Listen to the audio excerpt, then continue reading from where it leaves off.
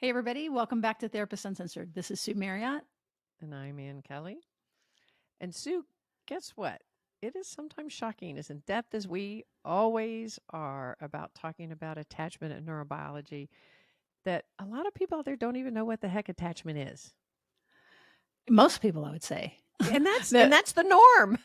We're so embedded in this in our own brain. It's hard for us to imagine that it isn't just the norm out there, and yet we're the freaks, honestly. exactly. Well, I Like wouldn't not call us freaks personally, but yeah. And our audience is super smart and often, can keep up and knows this stuff and adds a lot of times to the conversation. Yes. But this episode, we're going to go really high level. Um, this will be the start here episode if you don't know anything about attachment. Yeah, those of you And just joining the podcast might really, or those that have been a long time, and you're like, oh my God, really, when they talk about attachment, what do they mean? right. So this is going to be a high level summary. If you're interested, go to the show notes. There's going to be lots of reference there for you to follow up. But our idea here is to keep it really simple and quick. And yeah. So what is attachment, Ann Kelly? So that's a surprisingly hard question to No, don't answer. make it complex. No. Okay, detachment's about biology. Attachment is about how we as mammals survive and thrive, how we learn to do that by attaching to our primary people who are caregivers out there to keep us alive. That's right. We're born highly social, persistently interpersonal, no matter how big and burly and independent you think you are. Actually, you're quite interdependent on your fellow beings in the world. And there's a new study that just came out by the Surgeon General just in the last month or so. We should reference that as well. That shows isolation being this huge, huge risk factor in all the bad things. So just keeping it high level, all the bad things, health, cardiac, longevity, immune system, all the bad things. And this is, we believe, related to flip it the other way. When you have a secure attachment history, which going back to Anne's definition, we have this biological response very early on to adapt based on the family we were born into, the culture we were born into, the subculture we were born into. Our bodies very quickly figure out how to keep the parent close and available, and then shapes kind of around that about what things to do, what to express, what not to express. And those begin to layer and get embedded in our nervous system that eventually become behaviors that eventually become thoughts about ourselves, how we see ourselves and how we see other people. And then boom, you're in a marriage or in a trouble or whatever. And now, it either is going really smoothly because you've learned how to emotionally regulate and bring people close. All of this stuff. This is kind of the why. And Anne loves to say, why do people care? We care because these neurological systems and the beliefs that form around them impact us throughout our life. Well, enough said. I think we're done. That's a very good summary. I wish this was live so people could say, no, that's not enough, or that's too much, or whatever. Yeah, so it's about, I mean, I love how you ended there. Like, in a sense, it's like we are social beings, but we have to be social beings. This isn't a choice, it isn't an option. And our incredibly intuitive, pre programmed body knows that from in utero on.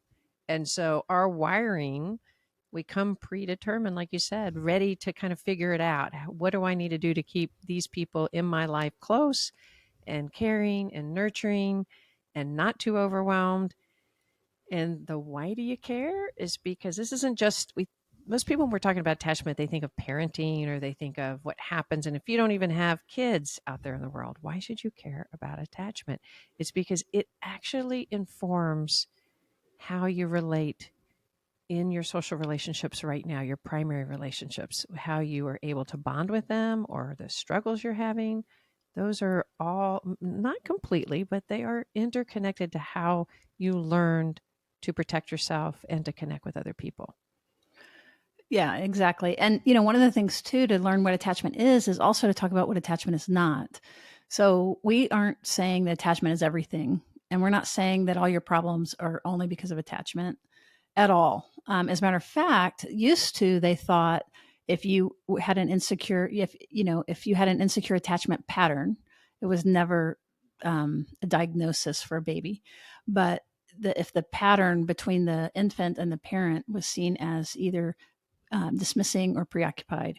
In other words, it was an insecure category that if you were dismissing or avoidant as a baby, that you would grow up to be a dismissing adult. And then if you were preoccupied, anxiously ambivalent, preoccupied as a baby, that you would grow up to be a preoccupied adult. And that ends up not to be, it's very complicated. It's not so direct, but that's good news, because the good news means that relationships throughout our lives impact us both positively and negatively.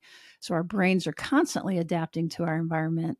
And so, just in summary, a quick summary is that this early attachment sets up a trajectory. And if uninterrupted, then it can, if we have developed patterns that unintentionally push people away, or assume that people aren't going to be there for us, things like that, if uninterrupted, then that can continue to cause problems in preschool and school age and adolescence, with grades, choice of partners, and even your parenting. Um, Again, not directly all the time, but there's a general direction. And again, just what's so cool about that is that it can be interrupted and intervened in any moment, no matter your age, no matter your history, no matter how much therapy you've done or what you've studied. None of that really matters, because it's a deeper embodied uh, urge and an embodied what drive to seek closeness and also to protect ourselves. Which is, if you think about it, right, that's complicated. How do I get close and be safe? That's kind of Right. screwed up. Who designed that? And that we have to do both at the same time. We have to our nervous system has to cooperate, and I got to let you in, but I want to save my ass. So you get more dangerous as you get closer. You can hurt me more. That's part of why, honestly, we're joking about it, but that is a really complex set of requirements to have intimate relationships, and that's tough. So one of the things also about what attachment isn't, we said it's not everything. It's also not love. Sometimes some people equate attachment and love, um, she loved her baby, so it's a positive attachment or something like that. Or there's just a confabulation about that. It's not love. It's more about protection. Our attachment systems are only active when we're feel threatened, right? Like we can look really good, but then when something happens and it activates us enough to be scared about our relationship, that's when you see the attachment pattern pop up. And I think what's important about that is what does threaten us is not the same. Depending on our early history, what feels threatening to one person is not threatening to the other. And you've mentioned if you've had a secure attachment pattern. So if we were going to back that up for just a second and talk about the different, we want to stay away from the categories, right? But there are some ways that our body develops in more predictable ways that says this is threatening and this is how you protect. And through the early learning, we can either learn to upregulate, right? Like, in other words, I need to activate. I need to, in order to get my needs met and to thrive, my nervous system has to stay really aware of my surroundings, needs to stay in tune, and very much emotionally activate up, right? And that's where we might lean towards being more preoccupied, or what we call in our podcast red. Or did we have this really early learning that says if I get too emotional and I activate too much, it actually sends people away? So I learned to sort of deactivate the need for other people and head more towards a dismissing or avoidant kind of way of relating to people. But these are not diagnoses, they're not pathology. It's how your nervous system has learned to keep you safe. And so we really want to get away from the idea that one's good or one's bad. It's what is really effective in your environment, in your subculture, and to keep you thriving and surviving the best way possible. Yeah, to do that balanced dance of Right. both keeping us safe, but keeping us connected. Right. And yeah, no, I think that that's exactly right. And, Anne said that we want to stay away from categories. And the reason for that is because, this early research at 70 years old, John Bowlby and Mary Ainsworth are the kind of four leaders. And and the original research was it was looking at these mother baby, and at the time it was mother. That's certainly attachment has expanded since then to include all kinds of non-alternative. I mean, all kinds of families and family configurations and genders and things like that. But originally, those categories were looking at the relationship between the mom and the baby, and it was just for research purposes. This was not designed to be interpreted as a diagnosis or as a individual pathology. They were looking at groups of babies. So why Anne said that we want to stay away from categories is especially if you're thinking of this early attachment research, because it did evolve over time. Again, we're going to keep it simple. Keep it simple. Um, so it did evolve, and the language changed and things like that. But that when people on TikTok and on Instagram and all of those things where you have these really quick, like, this is preoccupied attachment and this is dismissing attachment. The problem with that is we are not one thing. Like, we are absolutely are not one thing. And the research was not designed, that early attachment research was not designed to be used in that way anyway. But it's also not true that we can just look at a list and say, I'm preoccupied or I'm dismissing or even I'm secure. We're notoriously terrible at self identifying our attachment strategies. Well, and one reason that is because what feels familiar to us, right? What feels natural to us is what we're going to do. And that doesn't feel like we're being dismissive or preoccupied. It just feels like we're being natural, right? Like if Right. we if we've learned that we need to really watch our environment out there to keep ourselves safe, then staying alert and being able to notice small flaws in our partnerships and being able to to feel the need to point it out and correct it Don't point at me. is a really natural feeling. And you don't it's very hard to go inside and say, oh, that's actually because I'm activated because of my early learning. It's because you're out there being unsafe and it's obvious, right? And so it's such an integral part of who we are that we often think of these things also as our personality, right? Like, oh, this is just me. But actually, when we learn more, this is the part where we say, why should you care? Why should you care to learn about attachment? Because if you're learning about how your protective system developed, then you're going to learn what makes you feel threatened, what makes you respond, and how do you regulate yourself. And you can learn that these are real patterned things that you do with everybody, right? You know how when you break up and you're like, oh my God, every one of my partners has been A, B, or C.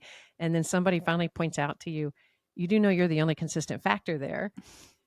For all of us, it's because we're doing these repetitive things that we've learned, and we're often looking for partners that fill the familiarity to us. And so when we learn what our protective systems are doing to keep us safe, and that we probably needed that when we were younger. We needed that with our particular caregiver, or we needed it in our environment or in our social. So, but as we grow older, we usually don't need that for survival anymore. But our body didn't know that. It's continuing to engage in that way. Yeah, no, that's exactly right. That because it seems normal, we don't even see it necessarily. And because it's so embodied, it's like Mm-hmm. we develop stories around the way that our nervous system embodied safety and danger. So when you And say embodied, what you're meaning is how your body manifests this experience.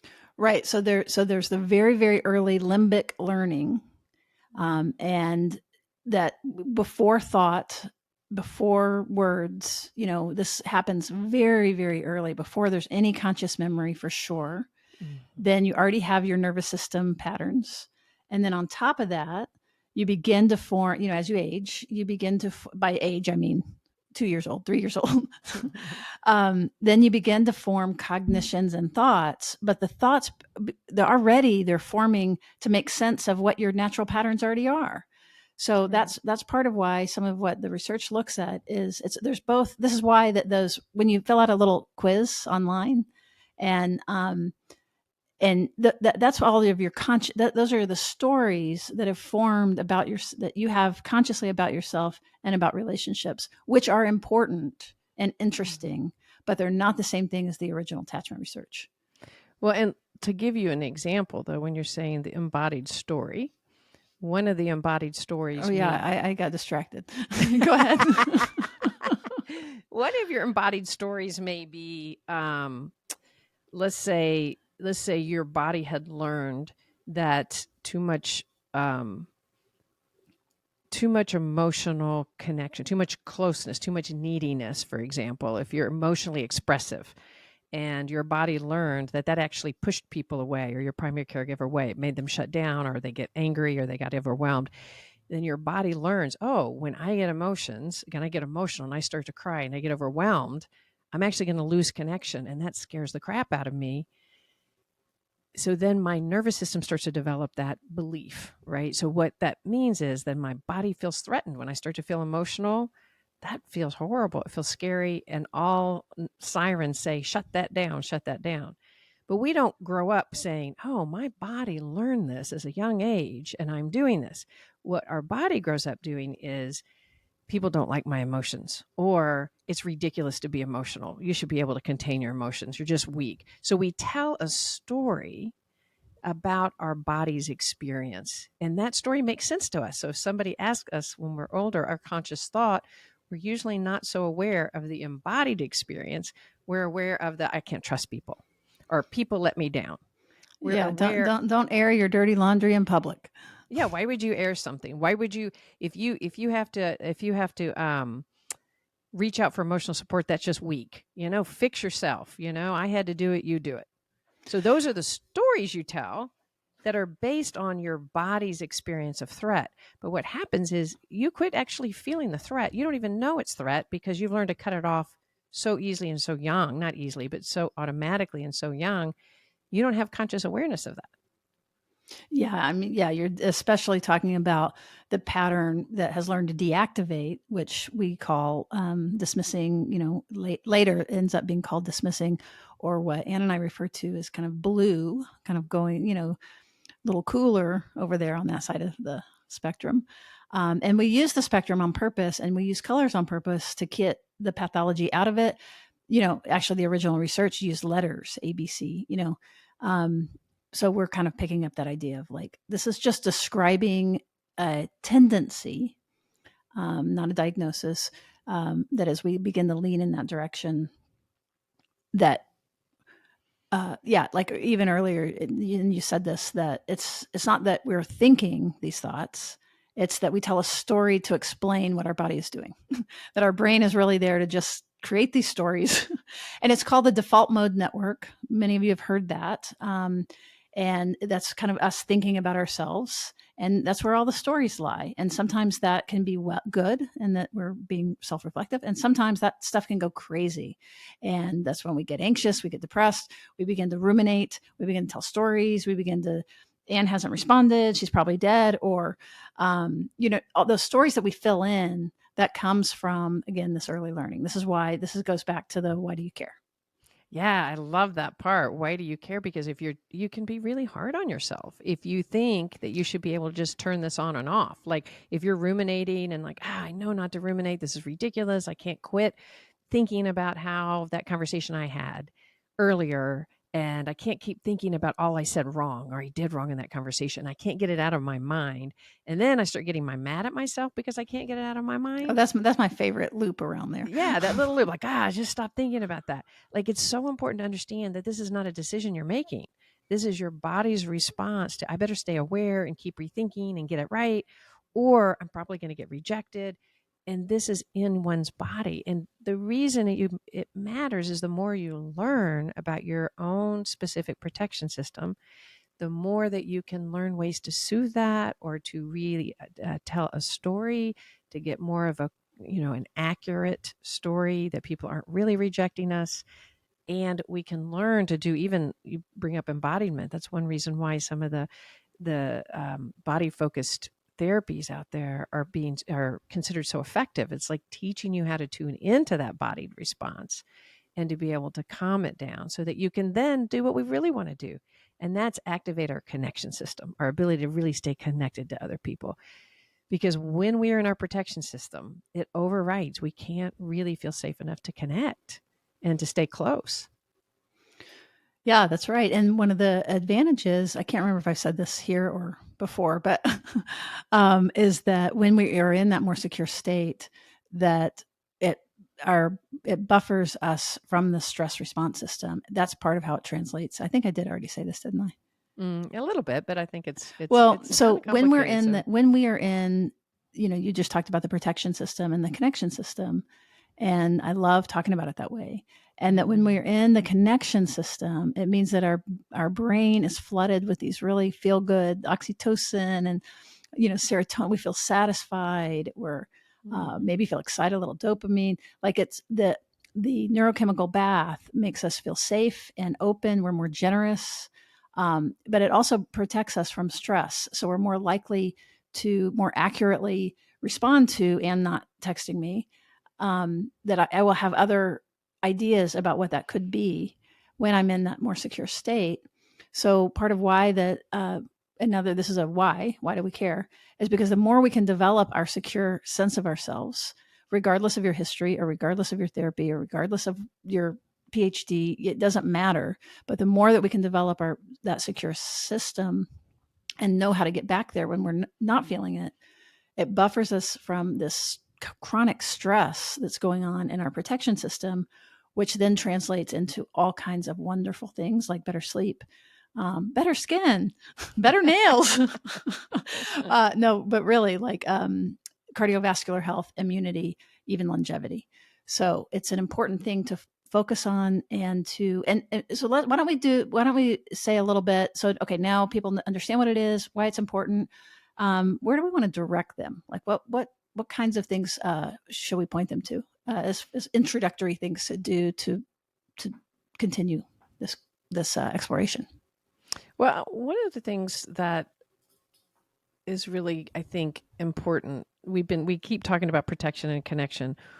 It'd be interesting to kind of think of the ways that your system is set up about what stresses you. So to question yourself. One of the things to do is to ask, instead of saying this is just me. If what are the four things you say? Describe your personality in a relationship.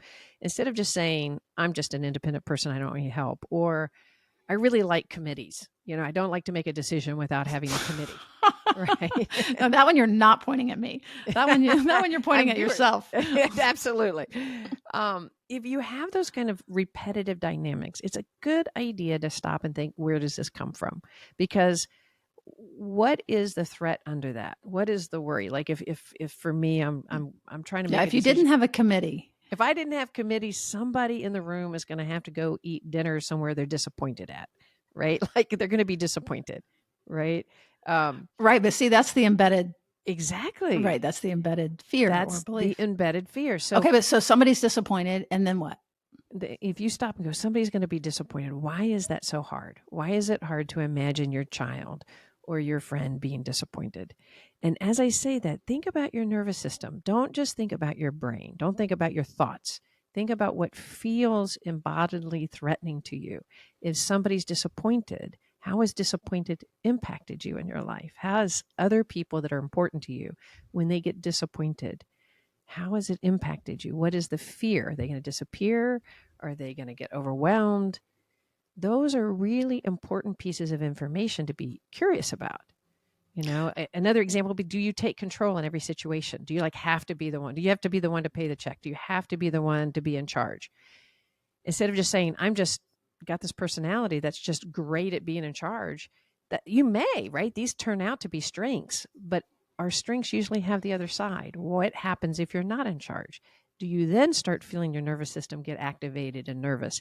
Pay attention to your nervous system. Oh, I love that. And just if you're okay, like that example of the committee. So Anne's thought, immediate thought was disappointment, right? But yours might be like your reason to use a committee might have a little bit of a different flavor. Like it might be, but if I say what I want, then I'm more exposed. And if I put a flag in the ground and say this is who I am and what I think, that could feel vulnerable. Whether for Anne's first thought was about disappointing someone, but what this is where it gets fun and interesting. Um, like for me to not know what I think feels threatening. Mm. Right? Like that To it's be kind of overly influenced by the committee is threatening to you, right? right. To be like, I need to know what I'm thinking. I'm not going to I be want to know what I'm overly thinking before I right. like. But still, there's a threat there, right? Like Right. it's versus somebody else say who does use the committee. Yeah, that was just the first thought I had was like if you put a flag in the ground, it's really scary. And also, if we can keep taking this deeper and deeper, that sometimes this goes to grief about what all the ways that we've had to not know our own minds or declare ourselves in some way. Uh, like this is not small stuff. And this is not something you can just turn on or turn off. This is a process. So another just example of things to do would be to really cultivate kind of just piggybacking on what you said, Anne, a curiosity about how you relate and how others relate to you and your history, like how you got to be where you are now. And so, because one of the signs of security is you have a real free range of like wondering about these things and you kind of have an interest in it because it really matters. So, if you're somebody that's like, the past is the past, it doesn't matter, that's actually a sign of, and again, we're not confabulating everything into like, not everything is about attachment. You can also be depressed or have obsessive thoughts or, there's lots of Right. diagnoses that aren't even associated with this. But right now we're just talking about attachment. So when my hands are going, like when you're brushing off, like, you know, I'll give you something to cry about. There's, just those things that are not introspective, but are, as a matter of fact, devaluing and dismissing of the process of wondering about things. A lot of times you might say they're overanalyzing, they're overthinking it, that kind of stuff. Well, those are all little signals. And what we would invite you to do is to get more curious and to begin to actually pay attention to what the inner world of your other person and your inner world. And like Anne said, that like sometimes as we begin to shift how we think, then we can feel our heart rate go up. Or even maybe you feel your defense go up even more, like that's stupid. That's a waste of time. Why go back to the past? Well, okay, now there's some fight there. It's like what we're saying, the science says, is that a coherent narrative is one of the signs of security. It doesn't cause it, but it just means it's a sign of neural integration. It's a sign of that connection system and the protection system balancing. So, how you get a narrative, a coherent narrative, is that you begin to piece things together and be curious and wonder about them. So that what you mean by coherent narrative, because I can sound a coherent narrative is what we were talking about before, and that is a coherent narrative is a story that makes sense on the deepest level that includes your body. It's just not your head, right? If you just tell yourself I'm independent and I know who I am, that's Yeah, not a that's not coherence. that's not coherent because nobody's independent, right? In fact, the more independent you think you are, likely the more anxious you are and you're shut down to that anxiety. It's So crazy though. We're kind of saying like the more certain you are, the well, more of a problem it is. well, that's it's actually kind of true on any level, right? The more if you're completely uncertain or completely if you're in either extreme of I don't have any earthly idea what I'm doing or I absolutely know what I'm doing, right? That's a fact. That's a sign of defense because when we're in our protection system, there are certain patterns of our protection system that are inherently part of being alive and surviving as a mammal. And one of them is you have to make really quick decisions. If you're in threat, you can't debate. You can't be curious. You can't wonder why the hell somebody's chasing you. I'm wondering if he's good or bad. You just run, right? It's just instinctual. So if you are in a very concrete black and white, it's good, it's bad, it's right, it's wrong, and it's very clear, there's a good chance that that's your protective system moving a little too fast and clarifying a too black and white. So one of the signs that you're more in your connection system is that you have curiosity. why is it so important for me to be independent? Like, what would happen if I had to rely on somebody? So if you bring curiosity to these parts of your personality that you say, this is me, and you're going to answer first, well, of course, because I was raised to be secure, right? But flip that on its head. What is so threatening? So if you say, I'm so independent, say, what is so threatening to your body if you let yourself feel your dependence? And if you really feel that, right? And those of you out there might be going, "Oh, shut up. That does, but that that that little threat in your body when you consider it, that's your nervous system talking to you, and that's what we suggest you listen to." Yeah, that's that tuning in. And Anne, I Mhm. love that you didn't get into the different ways that we activate, because I think what's just important right now is that we're either, like, just like you said, that we're either in our connection system, which generally, yeah, curiosity is a great sign that you're there. Wonderment, looking at Warmth. multiple possibilities. Yeah, warmth, especially like warmth for yourself, like compassion, like, God, this is hard. Mhm. Or if somebody's doing their thing that they do, that we can see them with care and love and curiosity and compassion. Mhm. That's all good stuff that we want more of. That means you're in your what we would call the green zone. And then all you need to know is, like, you're either there or you're not. And when you're not, it's all those other things that you were saying. And I think that's easier than somebody trying to figure out which way that they have activated. And in other podcasts, we go into a lot of detail about the different ways our nervous system it doesn't have a lot of moves. It only has a few moves. Then it becomes easy to figure out what move you make and then how to get back to green.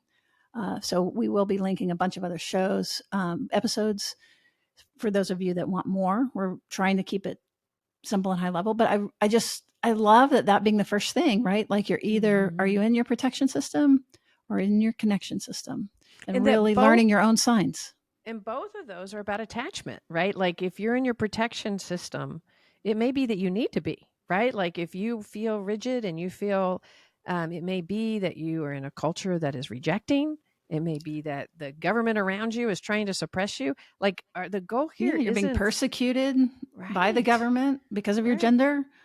So if you have been brought up for throughout your life in a way that leaves you in an unsafe, the environment, the system that you're in really literally is threatening, then the system that you're in, the attachment relationship that you have and how you protect yourself and how you connect is probably the perfect adaptation for you. Right. And so it's really important to kind of not think of these things as negative, right? Like if we have to rely on our protection system, but the key is what we're recommending is no matter what, that you're aware of it. Because if you live in that and you're not aware that you're in your protection system, right, then it's such a disservice to you. Because does that make sense to you what I'm Oh my saying? gosh, it totally does. And I'm so happy that you brought up about the systems. Um, and we can tie that directly back to this thing about that we can't consciously see it. So if if you're in a culture that the color of your skin makes you a target, for example. So, post-colonialism, racism, the they're just being in a racist society is its own trauma. But because it's not identified as that, and it's just, again, seen as normal, what typically will happen is that we would internalize that and make it about ourselves. You know, Mm-hmm. and so part of what's important about this is to begin to really name and identify some of the traumas and the experience of being overlooked, of being devalued, of all of these things that often are unnamed and maybe even unrecognized because they're just cinnamon in the cinnamon roll. It's just the way it is, the way society is, but it's wrong. And that's all been absorbed into your nervous system. So part of this being curious is, why do I feel bad about, my gender expression, or Mm-hmm. how my hair looks, or right, like, to really get into that. So being curious about it as a way, again, of having more compassion and protection for your, like, healthy protection for yourself, not Right. internalizing negative cultural messages. So this is true, like, on the individual level and on the Mm-hmm. societal level. I love that. And that's actually is what can be so hopeful, right? And the thing about the reason we love doing this podcast is this is not just about explaining who you are. It's about that Discovering. is about discovering for all of us. We're discovering with you. But as we have the curiosity about what we feel and why we feel it, we have more agency. It's about having agency to go, wait, I don't have to, like, the part of my body. Security is about how we relate in our community. And as we develop the ability to feel more secure in ourselves and to use these protection systems with more awareness, that can be, even if you're highly in your protection system, if you're aware of it and you're allowing yourself to feel connected to yourself and other people with this awareness, you're working in a secure way. You are working in a secure related position. Oh, I love that you're saying that. So even if we're in threat, that doesn't mean that we've popped out of the green zone. Right. And we've done a lot of neurobiology on these podcasts.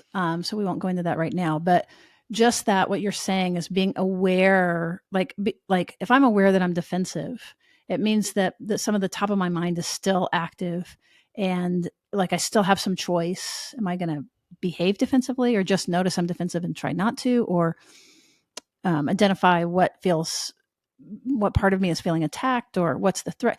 Like, in other words, the activation of the wanting to protect ourselves, that in and of itself isn't the thing that pops us out of the green. It's losing our thinking and losing our heart, and kind of really more doubling down into just protect. Like, when we're protecting ourselves, we're not connected. Like, they go To against each ourselves. other. That's right. It's a self-protection, which means that, we overestimate what we know, and we devalue what somebody's telling us. I mean, it leads to this whole cascade of kind of individually focused orientation that is actually distorted. And that's a whole other thing that we won't get into today. But literally, when we're in our protection system, the information coming into our bodies is actually distorted because of our threat response. Right. So becoming aware of our threat response and our protection system, we're already getting a more clear narrative. I'm in my Yes. protection system. And what's really important about this is also relationship. And I know we should wrap, but what's also important about that is that it's not only our connections to ourselves, it's connections to other people. If we're not aware that we're in our protective system, what are we going to do? We're going to project that on everyone around us. Right? We're gonna We're be going in to a blame, relationship. we're going to defend, we're going to criticize, we're going to Yeah. feel criticized, we're going to feel righteous, We're going to see justified. see them as needy or put ourselves down. And when we really get aware, oh wait, our protection system makes us shut down emotionally when the other person's upset. It's our protection system. And so therefore it makes sense that the other person is a little distressed about that rather than you eye roll them or vice versa. So what we're advocating for is that curiosity, that exploration, and the openness. This is non-shaming. This is like you're going to be able to have conversations with your friends, with your partner, with your child that says I'm just activated rather than you're being blank. Like when you can talk about yourself first rather than identifying the other person first, you're already more in the green, secure way of relating with other people because you're able to have that self-reflection. Oh, that's great. That's another maybe concrete walk away tool, is that as you get fired up a little bit when you're noticing, but then Anne's move that she just said, which was, rather than going just the lazy way, the natural way is to assume the other person's done something. Right. And so, but what we're saying is, let's band together, and as we begin to notice a spike in some sort of protection, that we go inward first, make the first move inward, like, what's going on with me? Right. I just, all of a sudden my stomach, you know what I'm saying? Just that move alone is going to help you keep your higher functioning mind going, and it'll give you a better chance of staying in the green. So today we're not going to go in all the details of which you mentioned before about what are our more predictable ways of protecting ourselves. But the good news the good news is that as humans, we are very predictable and we develop predictable patterns that can be more easily recognized. We are extremely complex beings. But when you break it down, because we all have our nervous systems and our nervous systems can only do predictable ways of engagement, you can actually learn to recognize things in your system quite readily and much And more your partner easily. system, you can Oh, see how they're lit up. Absolutely. So learning about this, learning about your own system. Do I go up regulation? Do I go up regulated more frequently when I feel threat, or do I go down and cut off and disappear? Or do I need to shut down emotions, or can I not stop being in my emotions? And so one of the things we'd suggest is tune into some of the podcasts that we have that will be listed in the show notes that will go into much more detail about the particular ways that our nervous particular ways our nervous system responds. Yeah, that's great. And, you know, whether it be our podcast or, you know, you can learn about attachment almost all over the place at this Oh, point. that's true. That's true. But I will say on our behalf that we have for years now been studying that in relational neurobiology and all the more recent findings. And our job here is to make the research apply clinically and apply to your daily life. So we think that we do have a trustworthy and if you have been listening from the beginning, you may have noticed that even how we talk about it changes as we keep learning. So these are kind of, yeah. So I would just, yes, the podcasts are great. There's so many resources out there. Look in the show notes, go to therapistsuncensored.com/episodes. I don't remember what this episode number is going to be. I wish I had it, but and this will be the top episode. You know, this will be the next episode on attachment basics. Or you can also just put in the search term attachment, or you can put in relational neurobiology. You know, or you can put it like you can search for anything. So that's great. Yeah, I think you can search for blue, red, and green, I think, on there. Yeah. You're going to get Yeah. Check out the ones on the modern attachment spectrum. I think those, you know, for sure, the later ones are going to incorporate all the new stuff that we've learned. And the ones on if it says modern attachment, then we're probably really focusing on that kind of stuff. And then also anything about the spectrum really focuses on this as well. Okay. All And right. if you're still listening, we hope that means that you have found it interesting or valuable in some way. And if that's the case, the way that help us the most, there's a couple of ways. One is to leave us a review on your podcast player. That helps us be discoverable. It's directly, we read them all and we really appreciate every one of them.